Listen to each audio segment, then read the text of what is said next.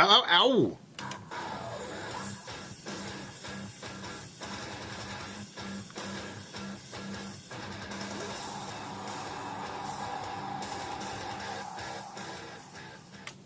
Saving the innocent from a close baseball game. This is the show where Ohio throws down. Ohio is on fire. I am your host, Daniel Diesel. I'm here live here at WSU 106.9 FM studios here in Dayton, Ohio.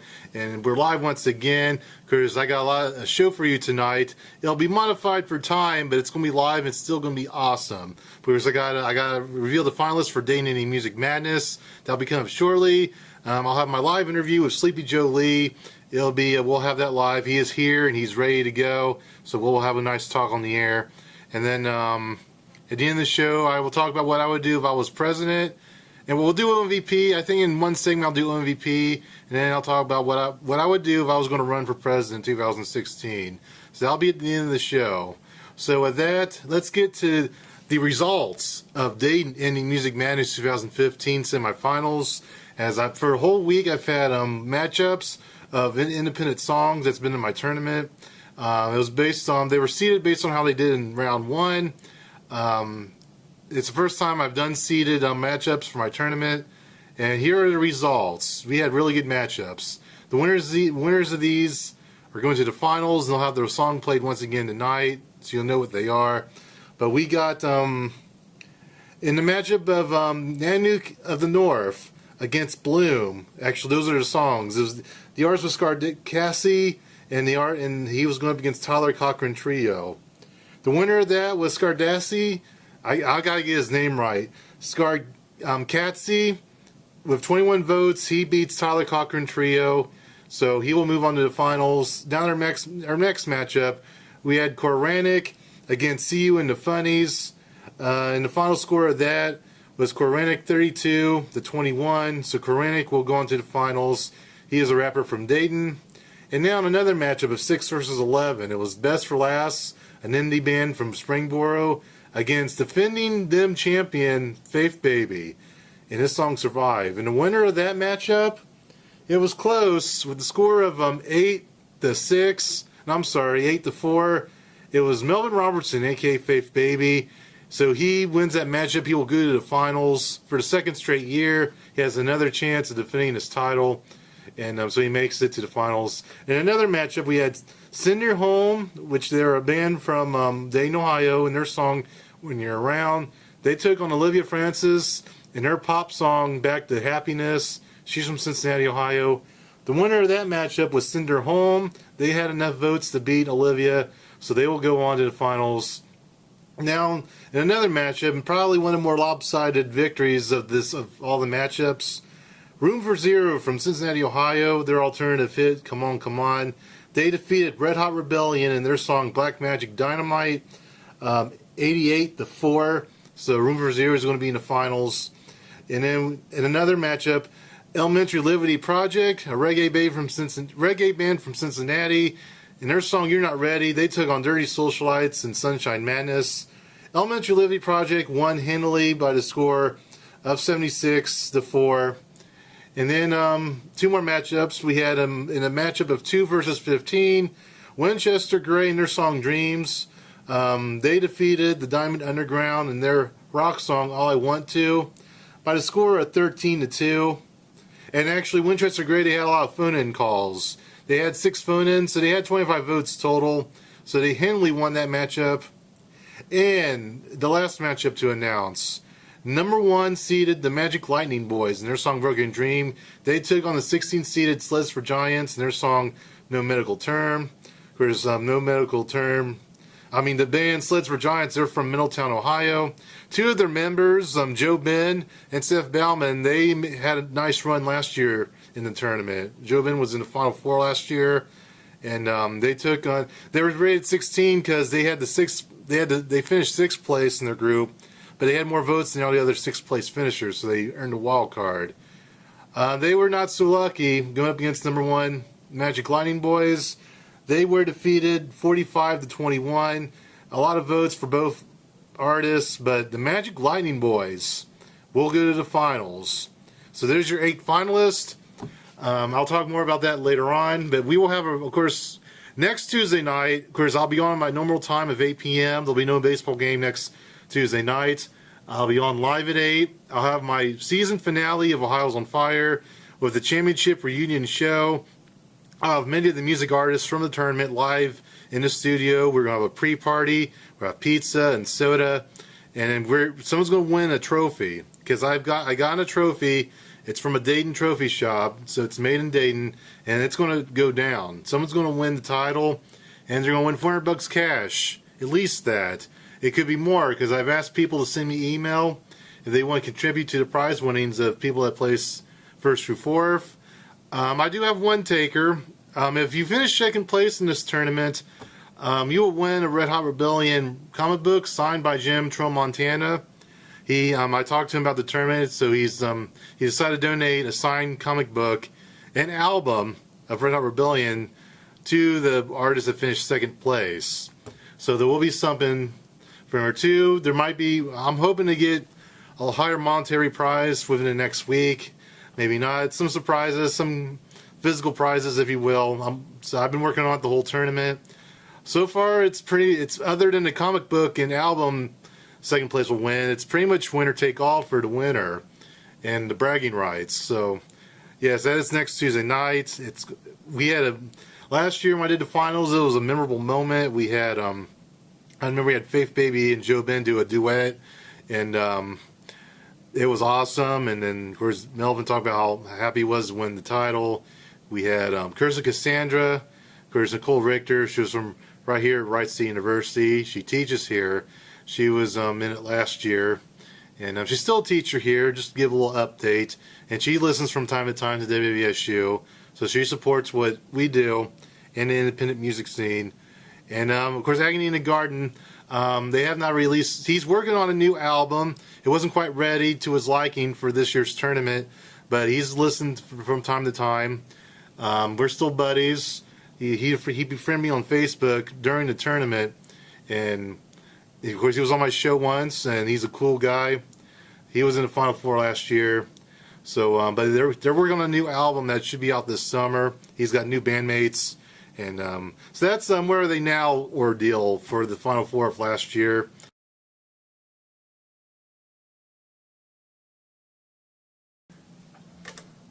And we are live with Ohio's on Fire. We're back in the studio. I'm Daniel Diesel. I have my tonight's guest. He is a great blues musician from Dayton, Ohio area. He's my friend on Facebook. He's a funny guy. He's right across from me. I'm talking about Sleepy Joe Lee. Say hello, Sleepy. He's cheering. That's the roar of the crowd. How are you all doing? How are you doing? It's great to be here. Yes, well, listeners at home are happy to have you. Yes, we have a big baseball audience. They're happy to have you on, and yes, so this is going to be great. But thanks for coming, Mr. Sleepy Joe Lee. Now, I was wondering, what was the first instrument that you ever learned to play in your life? Guitar. Guitar. I didn't play it the correct way. I played it with my. I made the chords with my thumb. Okay. So I could make an E and an A. Were you a young boy? Were you a teenager when you first tried the guitar? I was probably about 13 or so. Oh, there you go. That's a good starting age. And I want to ask you this. How did you learn how to write a song? Well, that's just one of those mysterious things that I couldn't tell you where it comes from. I'm not really a craftsman. I don't, I can't go into a room and say I'm going to write a song. That's probably the best way for me to not write a song. Yeah. Pretty much just if I hear a certain phrase that has a rhythmic feel to it, sometimes it's just a line like that, and just kind of add things to it, and sometimes it takes 10 minutes, and this last song I wrote, I've probably been working on it for 2 years, but not steady. I just filed in my subconscious somewhere, and eventually got put together. And I have other ones that are still in there. Absolutely. All right. Now, what mood do you have to be in when you write a song or when you make music? Well, I don't know. That's just sort of one of those impossible questions to answer.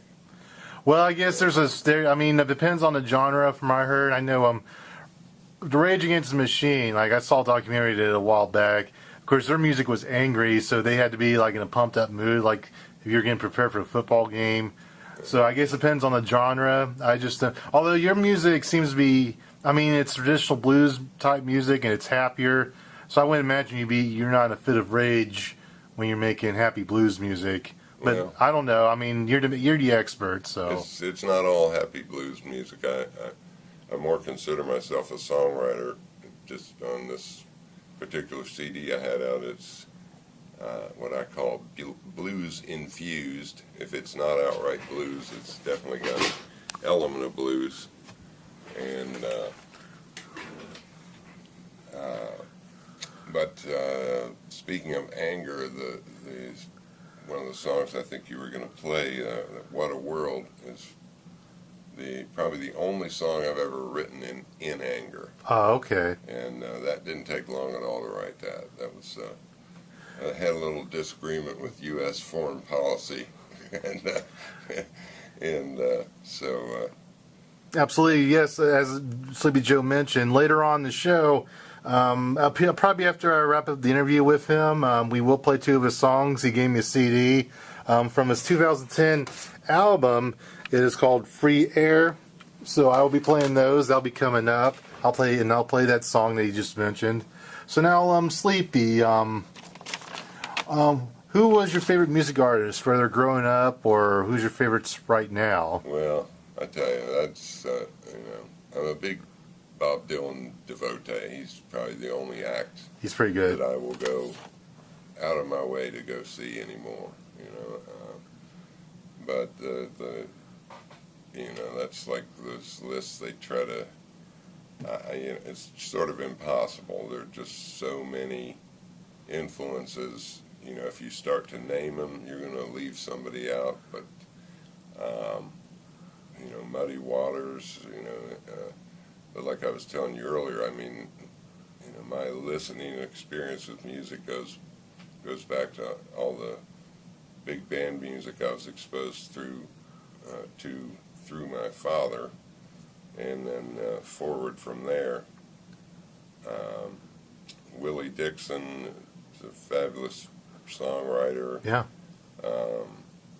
And like I say, I hate to start mentioning people because invariably I leave somebody out and I do the palm to the forehead, like how did I leave that person out? So I just, it's just all the different influences through the years, and just all the music I've heard. A lot of country, being from West Virginia, bluegrass. It all appeals to me and strikes a chord with me, and jazz, which I told you I can't play it, but I dig it, and so I don't know what else to say there, but that's. Well, those are a lot of good examples. I mean, that gives an idea of who you are as an artist. It's kind of like picking, what's your favorite color? So, yeah, or picking, or you're at the buffet table. Which ones do you not choose? Because they're all so good. Which one's not that good? All right, absolutely. But I want to ask you. I haven't been your friend on Facebook for about a year. You share a lot of your political views, whether it's about social media or. Yeah, you're funny. You tell jokes sometimes, and sometimes you get serious. But I want to ask you, what do you think is the biggest issue our country is facing right now? Oh, man. And be honest. Easy question. I know. Jeez. Oh, man. Well, to me, really, if I think about it, it's the country just seems so divided. It's almost like it's gotten to be a tribal division. And speaking of social media, Facebook, I think, plays a role in that, because I don't know if you've noticed, and people on Facebook have noticed, but Facebook keeps changing their algorithm. Yeah. So you might have 1,000 friends, and at first, when you first got on Facebook, whenever that was, yeah. you would see posts from all these different people, and they would see your posts, and then they changed their algorithm, and your group got smaller. You still had the same number of friends, but Facebook has decided, well, you're more like this group, and then they do it again and make your group smaller. And the whole idea is making Facebook more attractive to paying advertisers, so they can, laser focus their ad dollars, because Facebook isn't already making enough money. Yeah. So, oh yeah, Zuckerberg. He needs to pay the bills. But the tribal thing and the division politically, it's like I was thinking about that earlier today, and that's like most of my friends now are grouped. It's just a big echo chamber. Everybody agrees. Yeah. There might be one person out of 20 that has a different view. And I have some friends who are Tea Partiers on Facebook, and I go look at their pages the same way. And if I, as a liberal, step on there and make some kind of comment, oh man, I mean, they're all over me. And so I think that's a real issue. It's not, when compromise becomes a dirty word, that's compromise is how our country has always worked. Yeah. And if somebody just flat out refuses, I used the analogy the other day, but this is way out there, somebody on the left fringe, an anarchist, and I said to him, well, we're all in the same boat, but you want to sink the boat. So I mean, and then, I have people on the left that think I'm a Republican from some of the things I say. I have people on the right that think I'm a Democrat, but they also use these terms interchangeably. Democrat, socialist, Marxist, it's all one thing to them. Yeah. And just the fringes are so far out there, and it's the middle, the compromisers, and even in Congress you see it. It just seems fewer and fewer, Well, let me elaborate. You mentioned that we say there's lack of compromise. I guess so. I mean, we have the presidential debates, but other than that, is there a way for people is there a healthy way to debate, and where should they debate at? Well, I don't know. Facebook's a place like Facebook, or maybe anything online, it's not exactly Probably not a good place. the right forum, because if you want to, you can't get into complex issues with a bumper sticker Facebook meme, and then followed by one or two sentence comments, and then somebody gets serious and writes you a chapter of their upcoming book as a comment. I mean, I don't know. It's just not. I think I don't know. a quick solution to that, because another thing on Facebook, people have events. Either they're going to an event or they have their own event. I guess one solution, like if someone has a comment on Facebook, like whether it's political or it's very interesting. I mean, more than likely we're friends with these people. Either we've met them all through school, or they're a friend of a friend. I mean, the idea is that when a friend invites you to an event, that's your opportunity to meet them, and that's when you can get into a discussion, and people can come together, and they can meet in person, and then they can have debates, if you will, about whether it's gay marriage or civil crime or other issues that our society faces. So I think it would be best, if you have a debate, it'd be best to solve it in person. You can do so much writing letters and sending eco motions. So I think you make a good point. It's kind of hard to, I think compromising is kind of decreased. People kind of go into their own world, so you make a good point there.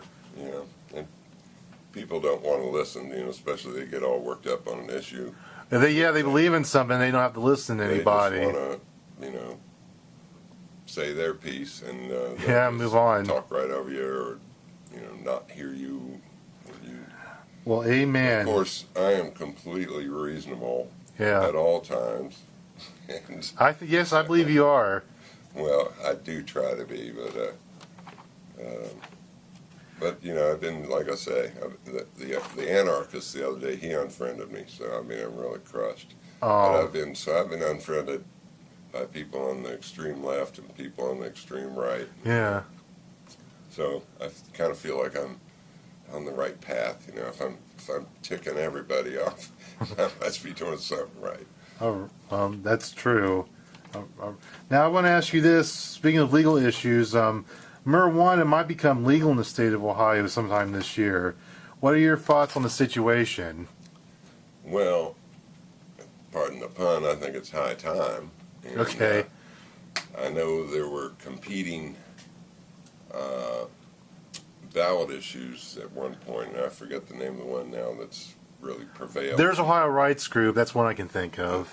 But there's one that's got, you know, a lot of backing, and it's going to be the one. And my feeling is it may not be perfect, but I think it's you know, it's a good thing, and I hope it passes. And you know, whatever isn't perfect maybe can be tweaked later. You know, you Okay. get into writing legislation, and you know, it's the legal realm you're treading into, and it's complicated. You know, it's not easy, and you can't always expect to have a law pass and well, it's perfect from the get-go. You know, Yeah. problems are probably going to come up, and then things will need to be tweaked. But I think that's the I would compare marijuana to alcohol because alcohol is not necessarily good for you either, but it's been legalized for decades and it's a multi-billion-dollar business. well. I mean, I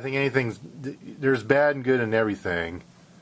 A long time ago, I read a thing. I think it was from Lester Spoon's book, but the scientists basically to gauge the safety of a substance has to do with its toxicity.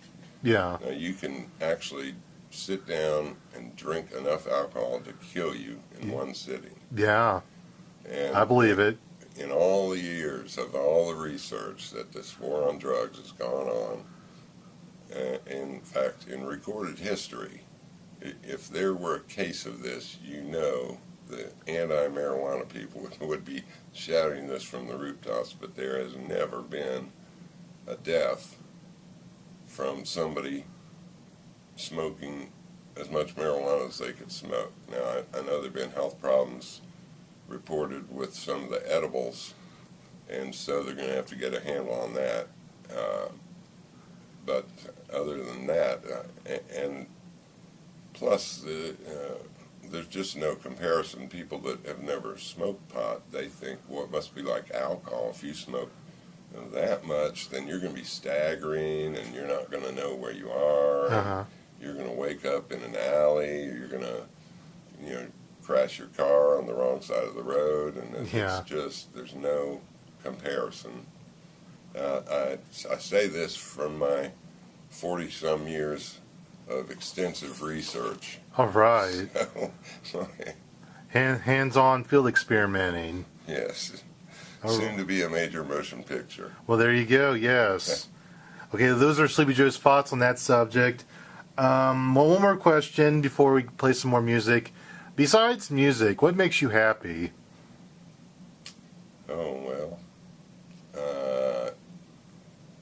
Oh, well, I just think, I don't know, we're surrounded by miracles every day. Yes, that's If good. you just take the time and open your eyes to see them. I'm definitely try to be a glass half full kind of person that, you know, as bad as things might get, it could always be worse. And, you know, what we have is a blessing, and we should try to recognize it as such. Yes, every day is a gift. Yes, that's absolutely true. I believe that. For as long as we're here, you know, might as well make the best of it. You have two choices. You know, you can either cry about it or you can laugh about it. I happen to embrace the absurdity of life. I got some more questions for Mr. Sleepy Joe Lee. I want to ask you this. We were talking earlier, Joe, and because you released in 2010, you released your album called Free Air, and I know you're working on a second album that's going to come out sometime 2015. You've been working on that. You've mentioned getting something together, either an EP or something. And you are, although you've mentioned that you are quite experienced in music, that was actually your first solo CD. I thought that you'd made more. To my surprise, you'd only made one. You have quite a story of the times that you've spent with other bands and, be doing live bands. So I want to ask you, how did you break into the recording business? Back in the day, I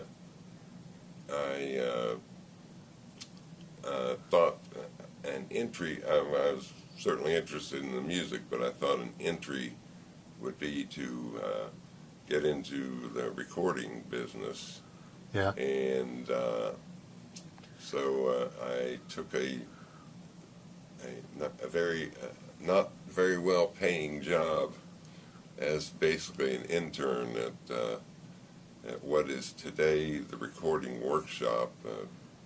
Back then it was called Appalachian Sound, and it didn't take me long to realize I was on the wrong side of the glass, that the music was really where I wanted to go, and it sort of took a while to convince myself that that was even a realistic thing to attempt. In the meantime, I wrote a lot of terrible songs, and as I was telling you earlier, I feel blessed that the social media and the easy access to the world, that I did not have that at the time. Otherwise, I would have... Some really bad stuff been out there. Terrible, terrible stuff, and it would have been out there. It would have been out there forever. So, I do feel blessed that I waited till 2010 to actually get something out there, and I'm kind of my own worst critic, so yeah, I had to sort of road test some of the tunes, and you can't go by your girlfriend, your parents, your cousins. Hey man, oh, that sounds good to me. You got to put it out there in front of strangers. When I first went out to play original music, that was a giant step. I rehearsed in front of a full-length mirror for probably several months, just doing all these original tunes. And then when I finally got brave enough to take it out somewhere, at the time I was, all my friends were in Dayton. Those were all my spots were in Dayton. So I went to Springfield, where nobody knew me, the bar I'd never heard of. They had an open mic night. So I tried some of these tunes out there, and they didn't throw me out. So then the next time I did an open mic, it was actually in Dayton, but I made sure I didn't come on till like 1 in the morning. I didn't tell a soul that I was doing it. And okay, surprise gig. So that's kind of how I got started, feeling confident enough to do the original stuff. And, then it was after I had already started that and sort of had a solo thing going on locally, I joined a blues band as a lead guitarist. Okay. And what was that band called? That was Cincinnati Slim and the Headhunters. Yes. And they were big, Cincinnati and Dayton in the 80s. Yes, from what I heard, Cincinnati Slim had he reached iconic status in that scene. I never heard of him until you mentioned him, but so that's a big deal. Like I recognize it as a big deal. Yeah, that was. It's a shame that didn't go further, because he definitely handpicked a lot of the best musicians. In fact, I hijacked a couple of them for my CD. Okay. Scotty Robertson on drums and Jimmy D. Rogers on the keyboards. He plays some smoking keyboards on there. He's a boogie woogie man and blues man. And okay. So then, as I was telling you, I recorded the initial tracks for this CD, and then I had some health problems with pneumonia, which led to kidney failure. I never knew that could happen, but that's turns out that is a very common companion to pneumonia is kidney failure. And around that same time, I was diagnosed with rheumatoid arthritis, and I didn't think I'd be able to play for a couple of years, so I didn't. And then I finally picked up my own guitar and realized, oh, well, I can play it. And so finished up the album, and some family stuff intervened in there. So Yeah, I can relate to that. Sometimes you gotta help your family and friends. Life happens sometimes, so I can relate to that part. Yeah, so that pretty much brings us up to now when I'm. Yes, you were. What I'm hoping to release here soon, as I was telling you things, I used to think in terms of, well, we have to get a dozen or 13 songs so we'll have a full album, but more and more these days, people are pretty much just buying that one song.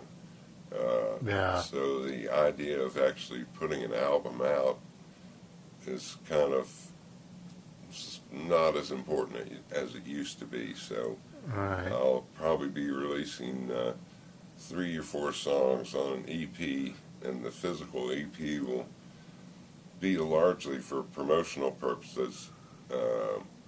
But really, it's because more people are just buying the download, and the new technology where it's I guess you're referring to iTunes, or you can buy a song for 99 cents. Right. They can buy the song, but they didn't care for the rest of it. They didn't have to buy it. So there is the risk of not making as much money. Like, you can make so much money off of one song. Right. So there's the risk factor in that.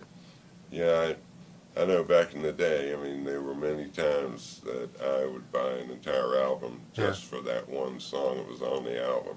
Yeah, and you do discover I do a too. lot of cool tracks that way. Yes. You might know a band just by that one song, but if you have the whole album and you're letting it play, and then it's like, oh man, what was that? Well, I want to ask you this, because you got a chance to record with Cincinnati Slim, of course, and you had other opportunities, and of course, as recently as within the last 5 years, you've recorded music also. What's the difference between recording music in the early 90s compared to recording music now? Is it good or bad? Well, the early, I don't know exactly, it's all fuzzy to me, but when the digital revolution sort of started to happen, I mean, now there are plenty of people that with Pro Tools and these digital setups, you can basically have a studio in your bedroom in the basement, and you can get some good stuff. That, as for me personally, the limitations of digital is that it doesn't include the full frequency of the music. Yeah. Because the music, there's so much digital information. If you were to try to put all that information on a disc, you would have like one song per CD. Because there's so much. So what they do is they have to chop some off the top, chop some off the bottom, and with analog you don't have to do that. And there was some controversy. People would say, well, I don't hear any difference. Well, some of us hear it and some of us don't. I definitely do hear a warmth, a presence, if, whatever term you want to use. But if you take a vinyl record, put it on a turntable and listen to it and compare it with the CD or the MP3 download, you'll definitely hear, man, there's a bass. I hear some bass there that isn't on the CD. I hear some high end. And I would agree, there is a difference to the way that the music is recorded. I was actually at a Yellow Springs shop, I forget what, the Toxic Beauty, and they actually specialize in vinyl records. And the guy, he did like a sample. So I got an idea what you're talking about. I've seen these It's similar to the Pepsi challenge. They tell you to drink 2 pops, and you got to figure out which one's the better one. More than likely, it's the Pepsi one. That's their way of telling you that it's better than the other. They have this test. There's a comparison of vinyl and, of course, digital CDs. And they did this at the Toxic Beauty Shop. A guy got an album, and then he played a CD at the same song. I forget what it was. It was like, I think it was by, it was a Chuck Berry song. And yeah, there's a difference. Now, I mean, there's pro and con. You can hear the whole frequency of an album.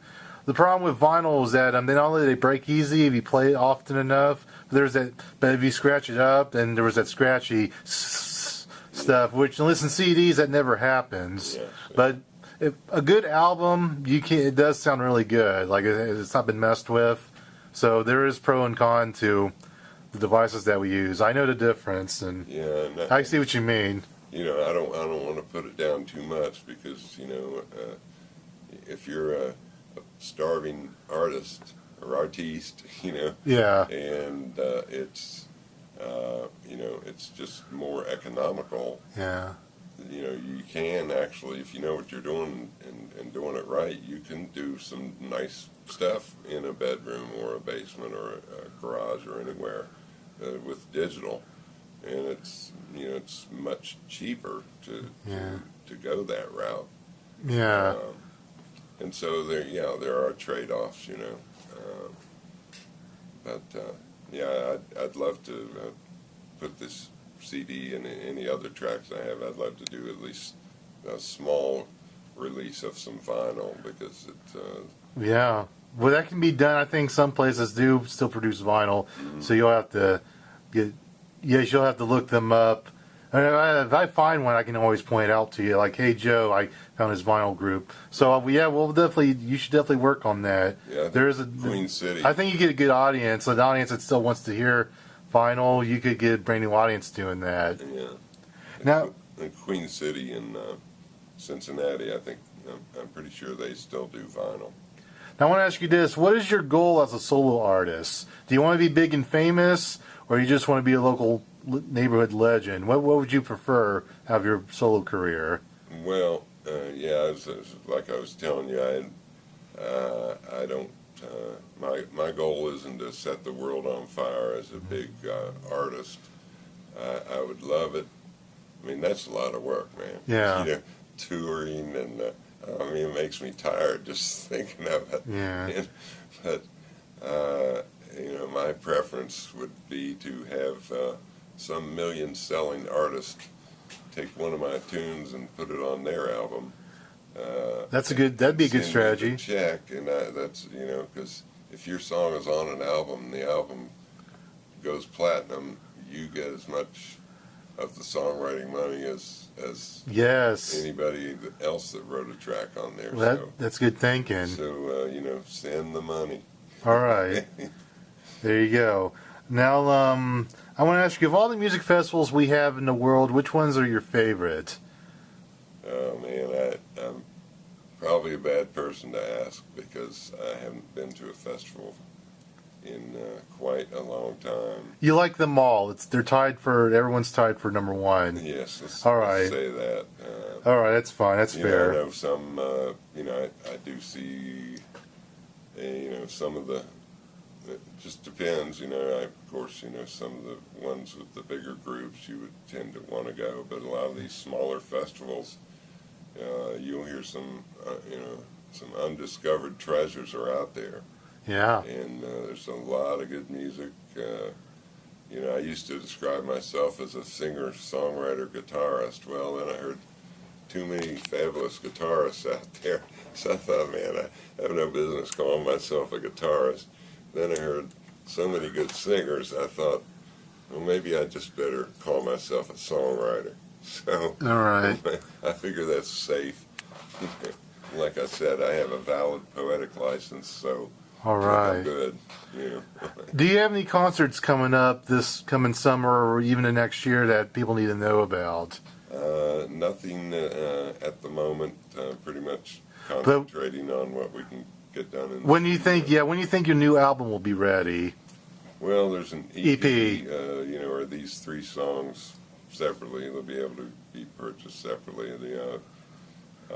But I would have hoped it would have been out by now. Just a few things, stumbles along the way have slowed things down. So, all right. you know, as they say in Jamaica, soon come, man.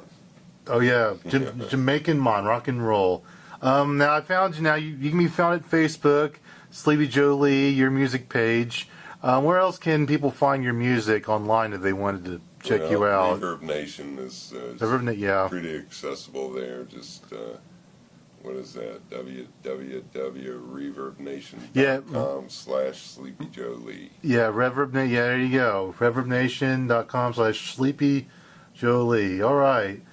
Well, it was my privilege to have you on. We shared some good stories. So I will be looking forward to when your new music finally comes out, and hopefully you'll do a concert. That'd be great if because you've shown to be a talented man. So I do think when you do a concert, you'll get a good audience, and I'm sure Kimberly Weiss, she'll promote it on her website. She's become a prominent music promoter here in Dayton. So yes, you'll make your way again. You'll rise once again. Do we have a second for me to tell you about this one track? Yeah, go ahead and talk to me. This What a World, we recorded at Cybertechnics, and that particular track, that night, it was we were basically down there to jam. We really weren't planning on recording anything for any album, anything. And a lot of musicians who do any kind of recording will recognize this situation. Usually when this happens, you don't have the recording equipment on. Yeah. And you play a thing, and it's, man, that is hot. Let's record that now. And you go to record it, and you don't have that. It's not the same. You don't have that same magic. Well, this was a case where this just happened. None of the people played on this had even heard this song. A half hour before we recorded it, it was recorded direct to disc, so there was no remixing or dubbing in, so it's basically a live track. And then on top of that, Phil Mahaffey was playing the keyboard part simultaneously while engineering this live recording. Yeah. So this, when I heard the result, it really was just a magic thing that usually you miss. And so as soon as I heard it, I said, well, that has got to go on there. Well, the audience at home will like the news that I'm going to play that track, but it's from your album, Free Air. I'm going to play this to you right now as we end this interview. Track 3 is What a World, and I'm also going to play track 6, Rock Until They Roll Me Away. So I'll play those. It's from Ard Records, and of course, now this CD, if they wanted to buy it, is there, how can they buy it online? Because I know you gave me the gift of the CD, and I appreciate that. You made a donation to their station. Where can people buy your CD or any singles? The first thing that comes to mind is CD Baby. CD Baby. Through that, it's available on, just about, I don't know, countless places. You can get it, iTunes, Amazon. Okay. Well, I guess not. Well, so the CD is available. If you want to buy the CD, it's 9 tracks, and it's really good, because I've heard a few of your songs in the past. So yes, go out and buy his album. Oh, I did. One more thing. I did want to mention local girl made good, Nancy Wright, who has recorded with B.B. King and toured with John Lee Hooker. She plays sax, so any sax you hear on these tracks, I think you'll hear on the second track, is Nancy Wright. Nancy Wright, that'd be track 6, the one I'll play really shortly. She's just put out a new album herself. Okay. But I'm a big Nancy Wright fan and booster. So. All right. Well, thanks for the shout out to that. So shout out to Nancy Wright, and I'll have to look her up online. So without further ado, but first off, thank you, Sleepy Joe Lee, for coming to the studio. I sure appreciate it. Oh yes, this is awesome. I've really enjoyed this interview with you, sir.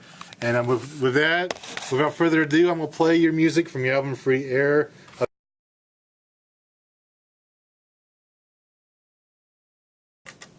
And we are back with Ohio's on Fire. You just heard Sleepy Joe Lee and several of his tracks. And he just told me that it was the first time that he's had two back-to-back songs play on the radio ever. Like he's had his music played on other local radio stations. He told me he got a kick that he had back-to-back songs. So I did that for him. And he wrote down he had a journal with him. So that was cool. I did that for him. Of all the stuff he's experienced, I made a footnote in his history, so that was cool to hear. Now with that, my final message of tonight will be brief, as it is 11 o'clock. This is a late version of Ohio's on Fire, but we got a good show in. It was really good. So with that, first off, I'm going to do OMVP. I do have an OMVP, so here we go. Here's my theme music. Do-do-do, do-do-do, do-do-do.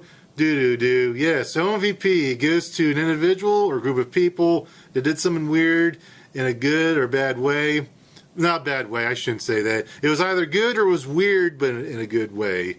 Yeah, we don't do mean-spirited and bad things on OMVP. We keep it nice and happy. So, and it goes to someone that's either alive or deceased. And sometimes it's a post-mortem shout-out to an Ohio citizen that did something cool during his or his lifetime. So that's what MVP is all about. It's a really nice shout out. It's not a real award, just a shout out. But with that, I'm going to read this article, part of this article. But school censors a girl's shirt for yearbook photo. I don't know if you've heard about this, but I'll talk a little bit about it. One middle school class photo is getting a lot of attention because of what it doesn't include. 8th grader Sophie Thomas wore a black t-shirt embolized with the word feminist in silver for a recent picture day at Claremont Northeastern Middle School in Batavia, Ohio. Yet when the teens in the front row of assembled students saw a copy of the photo last week, she was floored to find that feminists had been digitally removed. And I was insanely upset, the teen told Fox 19 of the airbrush edit. I was just showing everyone that this is me, and if you don't like it, you don't have to be my friend. Now, this is me talking. Apparently, the photo book committee ain't her friend. Apparently, they're enemies. So she won't be getting any pictures with them anytime soon. And I'll leave one more sentence here. According to Thomas, Claremont Northeastern's principal, Kendra Young, insisted that class photo is no place for a statement that she deemed controversial. The student said that the administrator declared it was mine and the photographer's decision to Photoshop your shirt because some people might find it offensive. Young did not immediately respond to Yahoo's parodying's request for comment. And, I disagree. Feminist, I figure if it's any word that wouldn't be that upsetting, would be feminist, because that stands for female power. It means it's a word that women use to empower themselves. So, I think there's some politicking going on at this Batavia school that's kind of silly and petty. I am on Sophie Thomas' side on this one. I mean, her parents let her wear it, and quite frankly, I think her parents, they're a family that stand up for their beliefs. It's not distracting in the least bit. I mean, if she wore that shirt that said feminist, I mean, it's not a swear word. It's not offensive. It's, and you know what? What this teacher did at Batavia, or the principal, she's not allowed to do that. You can't censor someone based on your opinion. This woman, this principal, Kendra Young, used her opinion and her politics to ban this shirt and to get digitally altered. And I think there could be, if Sophie Thomas's family plays this right, they could get this principal suspended or fined. I don't want anyone to get fired. I'm asking for her to be fired. But she should be, there should be sort of recommendation of this. So, yeah, she was wrong to do that. Sophie is right. The school system of Batavia is wrong. So, Sophie Thomas, you may have had your shirt digitally altered for no good reason. Sophie Thomas, you might have a punk rock hair style haircut if you see this photo of her. So, she's got quite a bit of hair going. You can't see it at home, I know, but oh well. And you might be made fun of by friends that don't agree with you. But you know what, Sophie Thomas, you're standing up for yourself. And you know what? You're something else. Not only are you all these cool things about standing up to yourself, being a free-spirited young lady, Sophie Thomas, you are MVP, Ohio's most valuable pedestrian. Round of applause to Sophie Thomas. Sophie Thomas, stand up for her freedoms. That's amazing. Now with that, for my final message, will just be an update for next week, because next week's my season 8 finale, and it's going to be a big one. This tournament I've been doing has been awesome so far, and Dating Music Madness will come to an end next Tuesday night. I'll have the reunion show. I've invited all the Sweet 16 artists. Not all of them is going to come. A portion of them will show up.